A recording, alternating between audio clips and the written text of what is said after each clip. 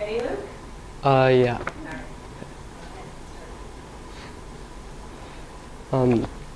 I'm sure all of you know that the United States currently has the most mass shootings in the world. You can see here that since 1966, the United States has had 19 shootings. This toll beats Russia, Yemen, Philippines, and France combined. Just about 2 months ago, on February 14th, 19-year-old Douglas Cruz walked into Stoneman Douglas High School. 19-year-old Nicholas Cruz walked into Stoneman Douglas High School in Parkland, Florida. Cruz set off the fire alarm to lure the students out of their classrooms, and he opened fire on them when they came out. 17 were killed. I will be talking about how we can prevent situations like the Parkland shooting from happening again in the United States. My research question is, should sensory technology be used to heighten the security of schools in the U.S.? First, I will be talking about sensory technology. This includes metal detectors and x-rays, much like what you go through at airport security. I will also be talking about a computer surveillance software called Doppel, a software that monitors people, movement, and the environment in a building in real time. Another sensory technology is the Eagle lockdown system. It is a kind of sensor that is triggered by the frequency of gunshots, and it will instantly lock doors in a school building. Some of the alternative methods I will be talking about is giving teachers guns and training students to be able to physically defend themselves against school shooters. Also, recently many of these types of schools have started practicing school shooter drills the same way our school practices fire drills. The last thing I want to talk about is the fact that the United States needs to change their gun laws and to simply prevent school shootings, or to simply prevent mass shootings. Specifically, semi-automatic weapons should be banned. The kind of sensory technology that I think would benefit schools in the US is a security sensor software like Doppel. This software was talked about in the article called Extrasensory Perception in our packets. This kind of technology uses sensors to detect movement, sound, temperature, and identification of people in the building. What is happening in real time in a building can all be seen on a virtual map on a computer. Sound, movement, or heat can trigger sensors, and icons on the screen will behave in specific ways to indicate what is happening in the building. This would be a quick way for school security to detect people in danger and also where a shooter could be in the building. Another sensory technology that I think should be implemented in American schools is metal detectors and x-rays, much like airport TSA has. It is very easy for students to hide weapons in clothes and of course their backpacks. And most schools don't have any type of security check to prevent weapons from coming into their campuses. With a TSA-style security check at schools, it would make everyone feel very safe and secure. Though according to the New York Times, schools that are in violent neighborhoods and have a lot of gang activity, the students often carry weapons on them to protect themselves. And this would cause an issue with the TSA security check because most of the students would have weapons, and it would be very hard to identify who's dangerous or not. Next, I'll be talking about some alternative methods like arming teachers and training students.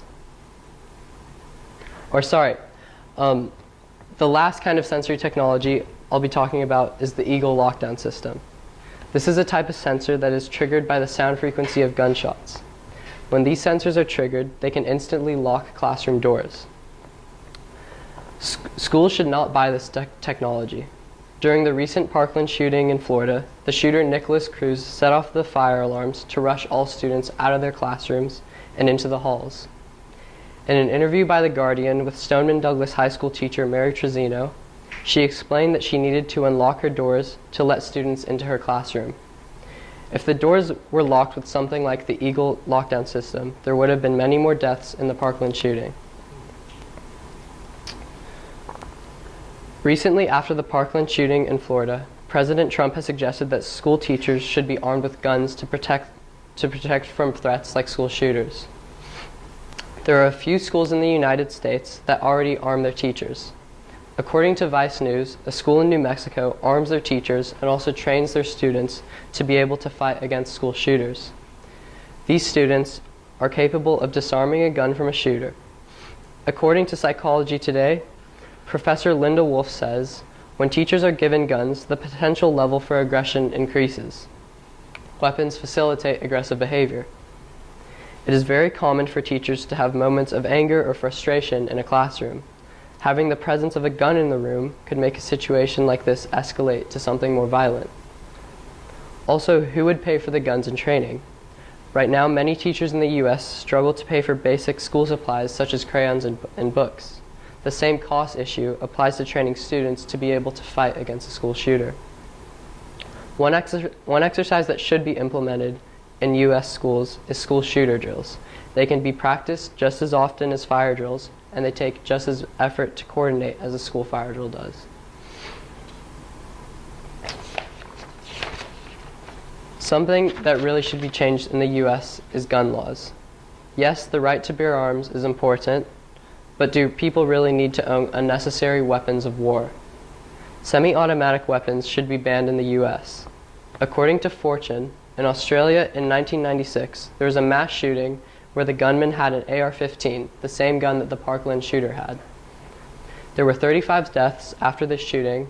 Australia put a ban on semi-automatic weapons, and since then there has only been one shooting, and there were only 2 deaths because the gunman only had handguns and not a semi-automatic weapon. Schools in the United States should get metal detectors and x-rays. This would guarantee safety between the students at school. If schools cannot afford metal detectors and x-rays, it is easy to do a quick metal detector body check and a quick bag check.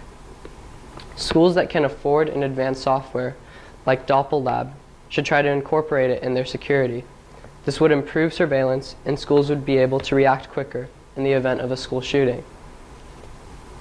An easy drill that can be done in all schools in the U.S. is school shooter drills.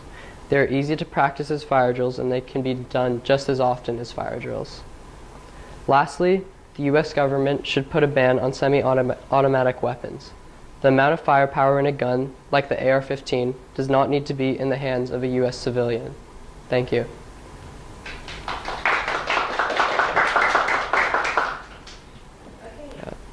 Luke, thank you for that. One question about your research process. As you were researching your topic, is there information that you would have loved to have found but couldn't? Yes, I would say so. There wasn't much information on some of the technology, like the Eagle lockdown system. I didn't hear about, there was no information on any schools that currently use this kind of technology. But that's all I would really say. And also there's the only school that I know that does use that Doppel software is MIT, and that was explained in the article in the packet. And it's a really advanced software, and it wouldn't be easy for a lot of schools to use it. But that's what I'd say, yeah. Okay.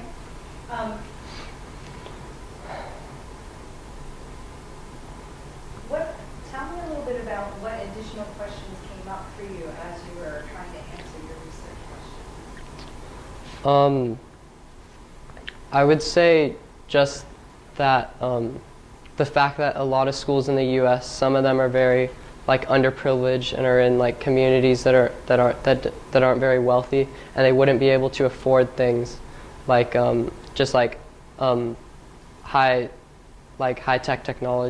technology, like metal detectors, for example. And that's why I had to say that they could just do body checks and and just do a physical bag check rather than having an X-ray. And also the same with that, the fact that schools that are in neighborhoods that have a lot of gang violence, they can't pretty much everyone carries a weapon on them to protect themselves, and it's not that and it wouldn't be easy to identify who's actually a threat or not. Yeah, that's what I'd say for that. Yeah. Okay, great. Thank Okay. you. Thank you.